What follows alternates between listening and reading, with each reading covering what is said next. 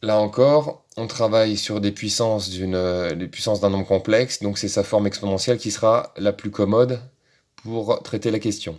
On détermine son module, 2, on détermine un argument, pi sur 6, on obtient donc sa forme exponentielle de EI pi sur 6. Donc z à la puissance n sera 2 EI pi sur 6 puissance n, le n se répartit sur le 2 et sur le EI pi sur 6.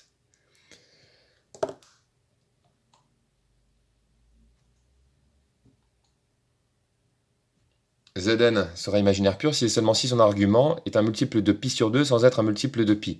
Pourquoi? Parce que si je suis multiple de pi sur 2, ici, j'aurai quelque chose du genre imaginaire pur positif. Ici, multiple de pi, j'aurai un nombre réel. Ici, un autre multiple de pi sur 2 qui n'est pas un multiple de pi, on aura encore un imaginaire pur du côté des négatifs. Si c'est un multiple de pi qui est de pi, ça donnera encore un réel. Il faut donc qu'on soit sur l'axe des imaginaires purs ici, donc un multiple de pi sur 2, et non pas un multiple de pi. Donc finalement, on doit pouvoir l'écrire, cet argument, sous la forme pi sur 2 plus un multiple de pi. Pi sur 2, plus 2pi, plus 3pi, plus 4pi, etc.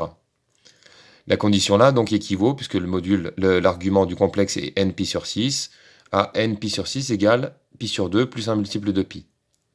En divisant par pi la première égalité, on obtient la deuxième égalité. En multipliant par 6 cette deuxième égalité, on obtient la troisième égalité. Ce qui montre que c'est la réponse B qui est la bonne.